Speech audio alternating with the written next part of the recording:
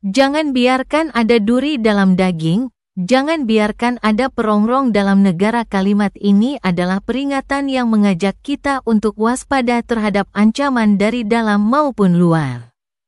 Jangan biarkan ada duri dalam daging, berarti kita harus mencegah adanya masalah atau ancaman yang muncul dari dalam lingkungan sendiri. Istilah ini sering digunakan untuk menggambarkan orang atau hal yang menjadi pengkhianat, mengganggu, atau merusak dari dalam. Sementara itu, jangan biarkan ada perongrong dalam negara, adalah seruan untuk mencegah adanya pihak-pihak yang berusaha merusak kestabilan, kedaulatan, dan persatuan negara. Pesan ini mengajak kita untuk menjaga kekompakan dan ketahanan, baik dalam skala kecil, keluarga, kelompok, maupun besar, bangsa, serta bersikap waspada terhadap ancaman yang dapat melemahkan. Lalu pejabat berwenang harus melakukan apa? Pejabat berwenang perlu mengambil langkah-langkah strategis untuk menjaga integritas dan stabilitas, baik dalam lingkup institusi maupun negara. Berikut adalah beberapa tindakan yang dapat dilakukan. 1. Memperkuat pengawasan internal. Mengembangkan mekanisme pengawasan yang kuat untuk mencegah duri dalam daging atau potensi pengkhianatan dari dalam, seperti sistem audit yang independen, pelaporan pelanggaran, whistleblower, dan evaluasi kinerja berkala. 2. Meningkatkan transparansi dan akuntabilitas, menjalankan kebijakan transparan dan akuntabel dalam setiap keputusan dan penggunaan anggaran, sehingga semua tindakan dapat dipertanggungjawabkan dan diketahui publik. 3. Penegakan hukum yang tegas, menindak tegas siapapun yang terbukti mengganggu kestabilan atau merugikan negara, baik melalui penyalahgunaan jabatan, korupsi, atau tindakan yang melemahkan lembaga. Ini perlu diterapkan tanpa pandang bulu. 4. Mengutamakan kepentingan bersama, dalam setiap kebijakan, pejabat harus memastikan bahwa yang diutamakan adalah kepentingan masyarakat, bukan golongan atau kepentingan pribadi. Hal ini bisa menjaga dari potensi konflik kepentingan. 5. Pendidikan dan sosialisasi nilai kebangsaan. Menyusun program-program yang dapat memperkuat pemahaman masyarakat dan aparatur negara tentang pentingnya menjaga persatuan dan kesatuan bangsa. Kesadaran ini bisa menjadi benteng melawan pengaruh negatif dari luar. 6. Kolaborasi antar lembaga. Pejabat harus bekerja sama dengan lembaga lain, baik di dalam negeri maupun internasional, untuk menangani ancaman yang lebih luas, seperti terorisme, narkoba, atau pengaruh politik asing yang bisa melemahkan negara. Langkah-langkah ini dapat membangun budaya kerja yang lebih sehat, memperkuat kepercayaan masyarakat, serta melindungi kedaulatan dan stabilitas negara.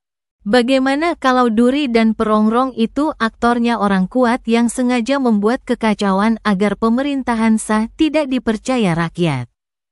Jika duri dalam daging dan perongrong, negara adalah aktor-aktor kuat yang sengaja menciptakan kekacauan untuk meruntuhkan kepercayaan rakyat terhadap pemerintah, maka tantangannya menjadi lebih kompleks. Berikut adalah beberapa langkah strategis yang dapat dilakukan pejabat berwenang untuk menangani situasi semacam ini. 1. Penegakan hukum tanpa pandang bulu.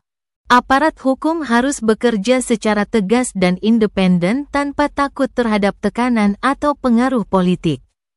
Perlu ada komitmen untuk menindak siapapun yang merusak stabilitas, termasuk jika pelakunya adalah orang yang memiliki kekuasaan atau jaringan luas. 2. Penguatan intelijen dan pengawasan khusus.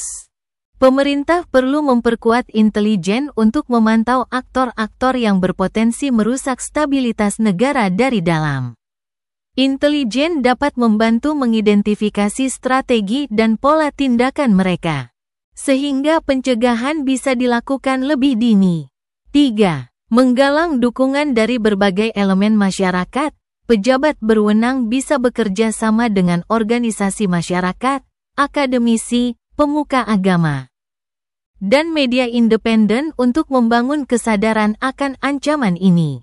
Dengan begitu, masyarakat lebih memahami siapa yang sebenarnya mencoba menggoyahkan kepercayaan mereka terhadap pemerintahan sah. 4. Transparansi dan komunikasi publik yang terbuka. Pemerintah perlu mengedepankan transparansi dalam komunikasi publik agar masyarakat dapat memahami kondisi dan tantangan yang dihadapi. Jika publik mendapatkan informasi yang benar dan terbuka, mereka akan lebih sulit termakan oleh narasi yang menyudutkan pemerintah. 5. Penguatan institusi demokrasi, memperkuat lembaga-lembaga yang berperan dalam pengawasan dan penegakan hukum, seperti KPK, BPK, dan lembaga peradilan, agar mampu bertindak independen dan tegas meskipun dihadapkan dengan tekanan dari aktor kuat. 6. Menjalin dukungan internasional, jika tekanan yang dihadapi mengancam demokrasi dan stabilitas negara. Pemerintah dapat menjalin hubungan dengan komunitas internasional. Dukungan internasional bisa menjadi penguat dalam menghadapi aktor-aktor yang mencoba melemahkan pemerintahan secara ilegal. 7. Pendekatan perlindungan hukum untuk pembocor informasi, whistleblower protection.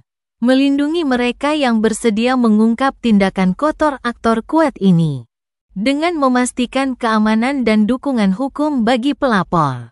Dengan menerapkan langkah-langkah ini, pemerintah memiliki landasan yang lebih kuat untuk menjaga legitimasi dan kepercayaan rakyat, meski dihadapkan dengan ancaman dari aktor yang memiliki pengaruh besar.